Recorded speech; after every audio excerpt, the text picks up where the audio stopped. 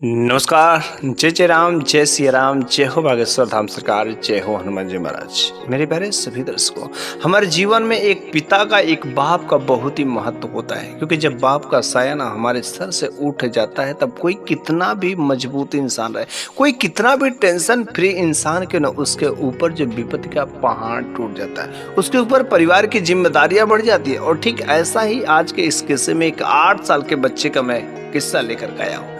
यह बहुत ही जबरदस्त और लाजवाब कहानी है। आपके जीवन में बहुत कुछ ऐसे नए चीजें भी सीखने को मिल सकती है, इसलिए आप इस वीडियो के अंत तक अवश्य ही बने रहिएगा।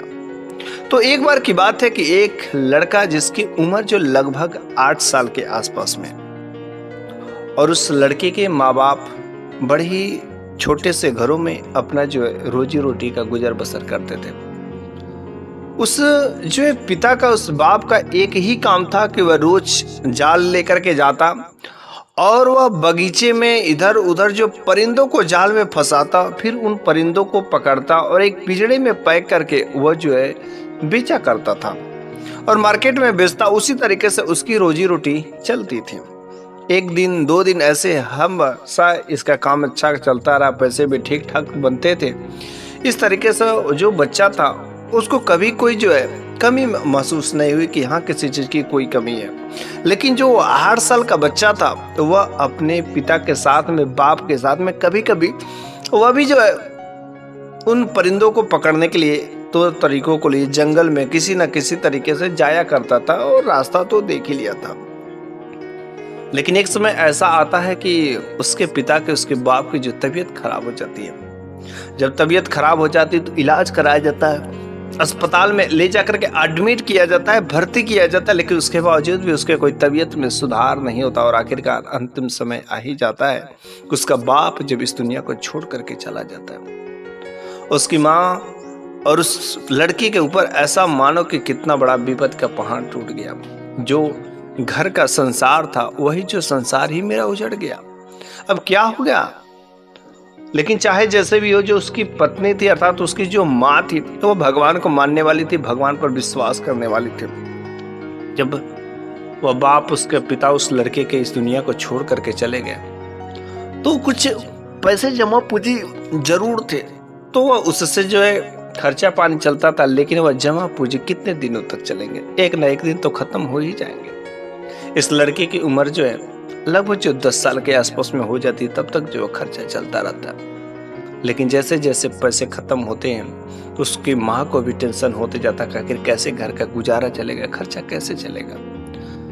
तो उस माँ की स्थिति को देख करके बेटा बोला, देखो माँ, पैसे जो कुछ भी हैं वह धीरे धीरे एक एक करके खत्म होते जा रहे, और हम ही क्यों ना चलते हैं जाल ले करके, और परिंदे तो फंसेंगे ही फंसेंगे।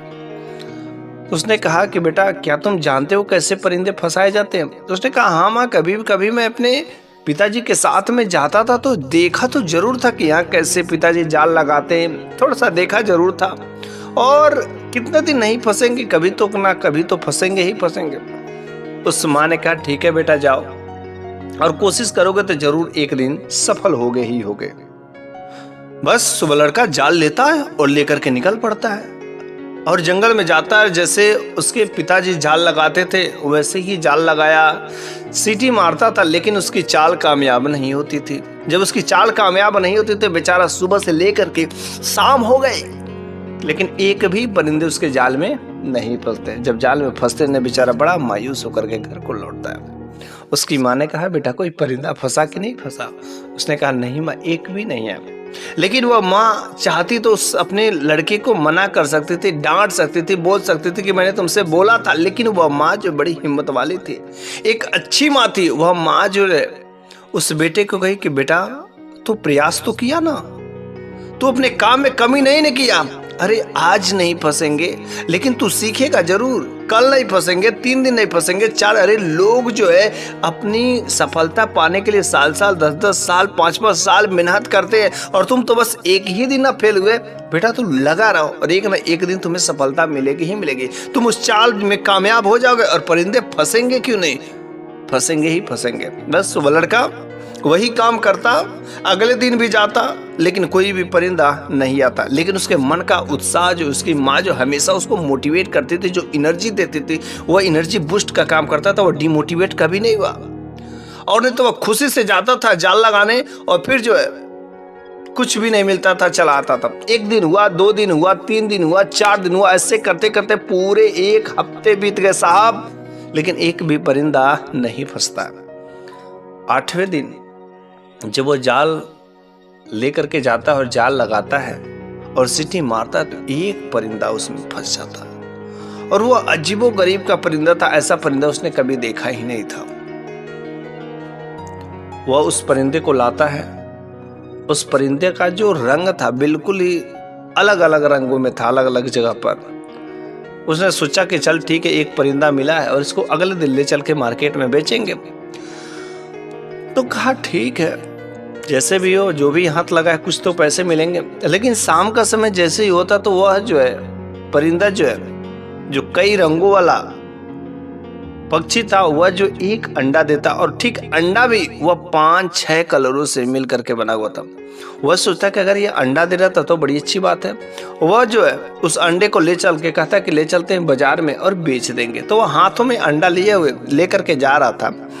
तब तक उसके घर से कुछ दूरी पर एक दुकानदार पड़ता है, और उस दुकानदार ने इसके हाथ में उस अंडे को देख लिया। वह बड़ा ही चालाक दुकानदार था। वह जो है उस अंडे को पहचान ले कि तो बहुत ही कॉस्टली अंडा है। उसने कहा, अरे तुम इस अंडे को लेकर के कहाँ जा रहे हो? उसने कहा, अंडे को मैं बेचने के लिए जा रहा हूँ। तो उसने कहा, अच्छा जब बेचने के लिए जा रहे हो तो मुझे ही बेच दो, मेरे को चाहिए ये अंडा। उसने कहा, बोलो तुम कितने लोगे? अब एक अंडे की कीमत वह कितना मांग सकता? वही भला 10 रुपया। उसने कहा ठीक है 10 रुपया दे दो। बस वो चालाक दुकानदार जो है वो 10 रुपया दे दिया और फिर से वो अंडा ले लिया। लेकिन वह दुकानदार इतना चालाक था कि उस अंडे को 10 रुपये में लिया, उसकी कीमत समझता था, उसकी महत्व को समझता था। वह उस अंडा को लेकर के राजा साहब के दरबार में गया, और वहां पर वह ऊंची कीमत में बेचता था। अगले दिन भी उस चिड़िया ने, उस पक्षी ने, उस परिंदे एक फिर अंडा दिया, वैसे ही उसको ले जा करके जा रहा था बेचने के लिए, और वह दुकानदार लिया, फिर से वैसा ही काम किया। ऐसे करते करते 1 महीने हो जाते हैं और वह यही काम करता था। और आखिरकार इस लड़की को भी पता चल जाती है कि दुकानदार जो हमसे इतना कम दाम में लेता है अंडा, और दरबार में ले जा करके राजा साहब को ऊंची दाम पर बेचता है, और मेरा अंडा और मेरे को कुछ नहीं मिलता। ऐसा काम करता है कि वह अगले दिन वह जो अंडा लेता है और राजा साहब के दरबार में चला जाता है। राजा साहब से कहता है कि देखिए महाराज, यह जो पक्षी मेरे पास में, और यह रोज एक अंडा मैं दुकानदार को 10 रुपए में बेचता हूं, और वह आपसे इतनी ऊंची कीमत पर लेता है। आप मेरे को वही पैसे दे दीजिए, मैं डायरेक्ट आपको ला करके मैं दिया करूंगा। तो महाराज उस राजा ने कहा, हाँ ये तो बात सही है कि इतना अधिक पैसा मुझसे लेता और तुमको बस एक मात्र 10 रुपये देता है। तो चल ठीक है, अगर तू ला सकता है तो कल से तू लाना। और इस तरीके से 2 दिन 3 दिन चलता रहा।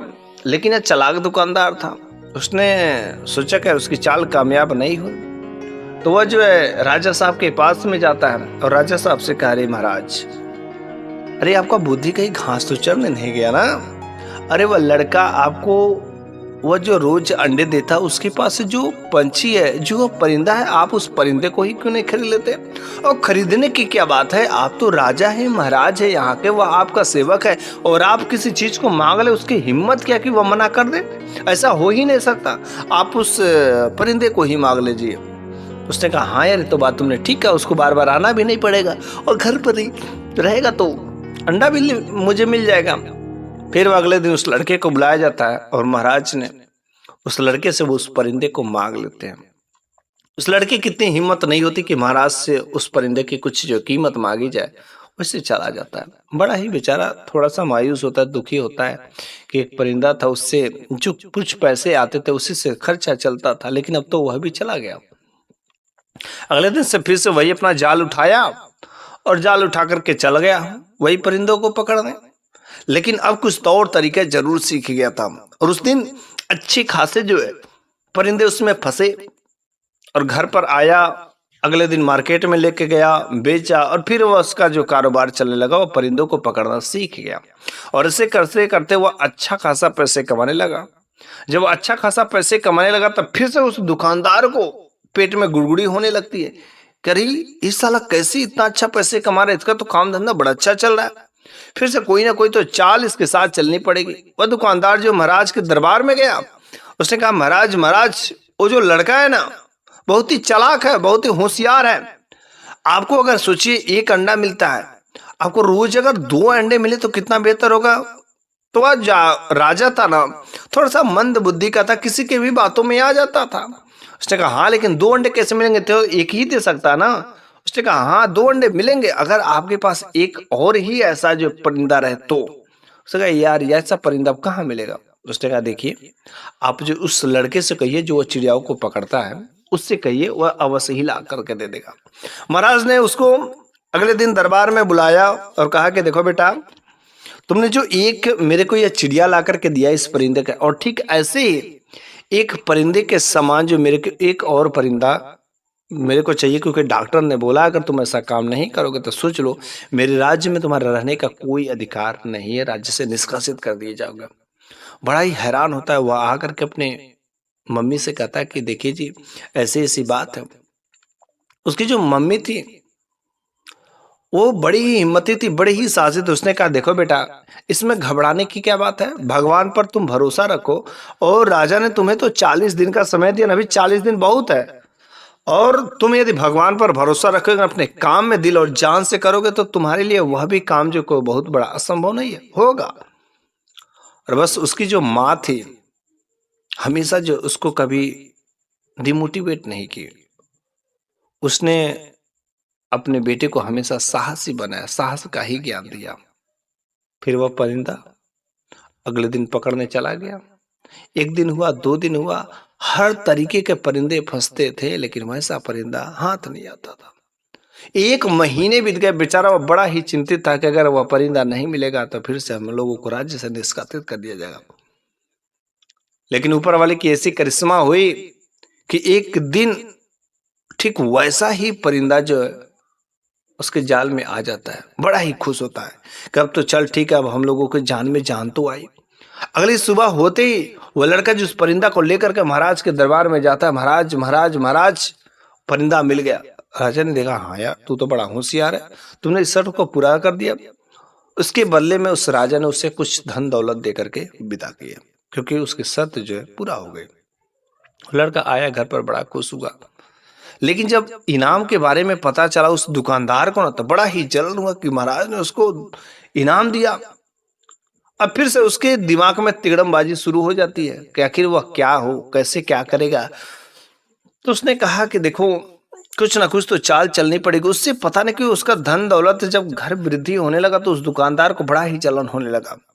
फिर से वह महाराज के दरबार में गया, कहा कि महाराज महाराज वो लड़का जो है बहुत ही चालाक है, और ये जो आपके 2 परिंदे देकर को तो चला गया, लेकिन ये दोनों के दोनों परिंदे आपके लिए बहुत लाभदायक भी है, ये तो बात सत्य है।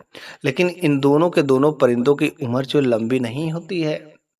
अगर यह जो एक फूल होता है, अगर उस फूल को अगर कोई ला करके दे दे और इसको खिला दे तो यह जो परिंदे का उम्र जो साल भर बढ़ जाएगा। इसलिए आप उस फूल को ला करके किसी न किसी तरीके से इसको खिलाना ही पड़ेगा। तो महाराज ने कहा अरे बताओ वह फूल कहाँ मिलेगा। उसने कहा हाँ ये फूल जो एक देव बगीचा है, और उस बगीचे में वहां पर वो फूल है, और अगर वह फूल जो ला दे और इनको एक एक फूल खिला दिया जाए तो साल भर ये जो बिल्कुल कोई बीमारी इनमें नहीं आएगी। उसने कहा हाँ ठीक है, लेकिन लाएगा कौन, तुम लाओगे। उसने कहा क्या बात कर रहे महाराज, मैं लाऊंगा, अरे मेरे को इतना समय कहाँ। वह लड़का जो है ना परिंदों को पकड़ता है और इसके बारे में वही सब चीजें जानता है, और वह जो अवश्य ही ला देगा। उसने कहा अच्छा। उस लड़कों को तब अगले दिन जो दरबार में पेश किया जाए, लड़के को दरबार में पेश किया जाता है, और लड़के से राजा ने कहा कि देखो इन दोनों जो परिंदों के लिए एक देव बगीचा, उस बगीचे में से एक खास फूल है, उस फूल को तुम्हें लाना है और इसको खिलाना है। अगर नहीं लाए तो तुम दोनों माँ और बेटे को राज्य से निष्कासित कर दीजिएगा, क्योंकि मेरी यह अनुमति है। लड़का बेचारा बड़ा ही चिंतित होता, ना तो कभी उस बगीचे का नाम सुना, ना तो वह फूल का नाम, लेकिन कॉपी पर नोट कर लिया पेज पर। और अब आकर के अपने मम्मी से, अपनी माँ से कहता कि माँ देखो ऐसी ऐसी बात है, मैं तो इसके बारे में कुछ नहीं जानता हूँ। उस माँ ने कहा कि बेटा घबराओ नहीं, भगवान पर भरोसा रखो। भगवान पर अगर तुम्हें सच्चे दिल से भरोसा होगा ना तो वह तुम्हारी हर मुरादें पूरा कर देगा, बस तुम्हें भरोसा मत तोड़ना। और इस तरीके से वो लड़का रोज जो है कुछ दिन जाल में जो है वही काम करता रहा। लेकिन एक दिन उसे एक बूढ़े बुजुर्ग मिल जाते हैं और उस बूढ़े बुजुर्ग से उस देव बागीचा के बारे में पूछता है। उसने कहा ठीक है बेटा, ये तो मेरे को पता है, लेकिन काफी जटिल है और वहां पर एक जो है दानव रहता है, दानव, और वह किसी को छोड़ता नहीं है, वो गुलाम बना लेता है। उसने कहा अच्छा ऐसी बात है। फिर जो उसने कुछ उस बगीचे के बारे में बातें बताया, उसने कहा चाहे जैसे भी हो हम उस फूल को ला करके देंगे ही देंगे। और बस वह अगले दिन कुछ गांठ कर लेता है, कुछ खाने पीने के सामान का ले लेता है और वह निकल पड़ता है। निकलते निकलते निकलते शाम हो जाती है। किनारे एक झोपड़पट्टी में कहीं पर आराम करता है। आराम करने के बाद वह अगले दिन फिर से निकल पड़ता है। और जब अगले दिन निकल पड़ता है तो बस दोपहर का समय था। उस समय उस बगीचे में पहुंचता है। वह बगीचा काफी घनघोर था, बहुत भयानक लग रहा था और अलग अलग प्रकार की आवाजें आ रही थी। लेकिन बड़ा ही लड़का हिम्मती था, धीरे धीरे धीरे जो है पैर दबाते हुए वह जो है उस बगीचे के अंदर जाता है। लेकिन जब बगीचे के अंदर जाता है तो एक लड़की के चीखने की, चिल्लाने की आवाज आती है, रोने की आवाज आती है। वो कहता है कि लड़की कौन रो रही है, उसको छुड़ाना बहुत जरूरी है। फिर से वो लड़का दबे दबे पाँव से जब उस आवाज की तरफ जाता है तो पता चलता है कि एक घर है और उस घर के अंदर से इस लड़की की आवाज आ रही है। वह डरते हुए, काफी भगवान का नाम लेते हुए वो उस घर के अंदर जाता है। धीरे धीरे सीढ़ियों से नीचे उतरता है और एक जो कमरे में जाता है, वहां पर क्या देखता है कि एक लड़की को जो उल्टा बात करके लटकाया गया और वो बेचारी चीख रहे, चिल्ला रहे कि मेरे को छोड़ दो, मेरे को छोड़ दो। और जैसे ही जब वो लड़की इसको देखती, अरे तुम यहाँ पर कैसे आ गए, अरे तुम यहाँ पर क्या गो, अरे मौत तुम्हें मार देगा, मार देगा। उसने कहा नहीं नहीं, वह मेरे को मारेगा, ठीक है मर जाऊंगा, लेकिन मैं तुम्हें इस स्थिति में नहीं देख सकता। उसने कहा वो जल्दी से उस लड़का ने उस लड़की की रस्सी को खोला। उसने कहा तुम यहाँ पर कैसे फंसी हो, क्या कर रही हो। वो लड़की कहती है मेरे को इस दानव ने मेरे को कैद कर लिया और मेरे को अपना गुलाम बना लिया। दिन भर मेरे को इसी कमरे में बंद करके रखता है और रात्रि के समय जब आता है तो मेरे साथ जो है प्रेम करता है। कहते हैं, हम कहते हैं कि जब प्रेम करना है तो मेरे को ऐसे क्यों रखते हो। वो कहता है कि तुम भाग जाओगे, लेकिन मैं वास्तव में यहाँ से मैं भागना चाहती हूँ। मेरा रहते रहते यहाँ पर एक ही कमरे में दम घुट गया, दिन भर पूरा तड़पा के रखता है और रात्रि को प्यार करता है, ऐसा मेरे को नहीं चाहिए। वह राक्षस है, राक्षस। फिर जो है वह कहा कि आखिर वह दानव इस समय कहाँ गया। उसने कहा दोपहर का समय है और वह मस्त जो आराम की नींद सो रहा होगा जहां पर भी, और इस समय उसको कोई खबर नहीं है। शाम के समय में वह आता है। उसने कहा तो तुम यहाँ पर क्या करने के लिए आए हो। तो उस लड़के ने उस लड़की से कहा कि देखो तुम मेरे को यहाँ से जल्दी से निकाल कर ले चलो। तो उसने कहा ठीक है हम लोग निकल चलेंगे, लेकिन मेरे को एक फूल चाहिए। उसने कहा तो जल्दी बोलो ना कौन सा फूल चाहिए, नहीं तो वह जग जाएगा। फिर उस लड़के ने उस फूल को बताया। उस लड़की ने कहा रे तुमको नहीं पता है कि मैं इस बगीचे का मैं चप्पा चप्पा जानती हूँ, क्योंकि वह मेरे को अक्सर जो है इस बगीचे में हर दिशा से वह घुमाता रहता है रात्रि के समय, इसलिए मेरे को हर चीजें पता है। वो लड़की उस लड़के को चुप के ले करके जाती है, उस बगीचे से उस फूल को तोड़ती है और लेकर उस बगीचे से वे दोनों बाहर निकल जाते हैं।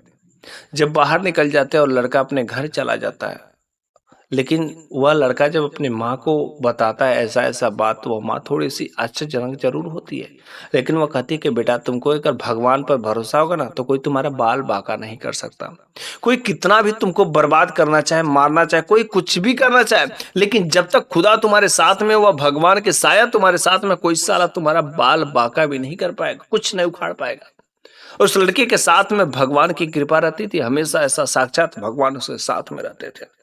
वो लड़का उन फूलों को लेकर के अगले दिन महाराज के दरबार में जाते हैं और कहते कि लीजिए महाराज यही वो फूल है जिस फूल की आप बात कर रहे थे। लेकिन महाराज मैं आपसे एक बात कहना चाहता हूँ कि हमने आपके इतना काम किया, मैंने आपको ये परिंदे दे दिए, मैंने आपने जो कहा मैंने सब काम किया, लेकिन आपको मेरी एक बात माननी पड़ेगी। उसने कहा बोलो क्या बात है, ये तो बात तुमने सत्य कहा, लेकिन मेरा भी तो कुछ फर्ज बनता है। उसने कहा महाराज जो आपको वह दुकानदार है ना, वह दुकानदार जो है बार बार वह जो आपको किसी न किसी तरीके से कोई ऐसा टार्चर करता है कि ताकि जिससे वो आप मेरे को परेशान कर सके, और आपने जो कुछ भी दिया मैंने पूरा किया, लेकिन इसमें आपका कोई जो स्वार्थ नहीं है। ये फूल खिलाने से उस परिंदे में कोई प्रभाव नहीं आएंगे, वह तो आपको झूठ जाल में फंसा रहा है ताकि वह मेरे को किसी तरीके से वह मेरे से जलता है, क्योंकि वो अंडा का मुनाफा जो था वो उसका मैंने काट दिया, इस वजह से वह मेरे को खुशी दे करके उसके अंदर जलन होता है। उसने कहा हाँ ये तो बात तुमने सही कही, वही मेरे को अक्सर जो इधर उधर की बातें घुमा करके तुम्हारे खिलाफ फोड़ता है, और अब मैं तुम्हें मैं तो छोड़ूंगा नहीं, उसे सजा तो मिलकर ही मिलेगी।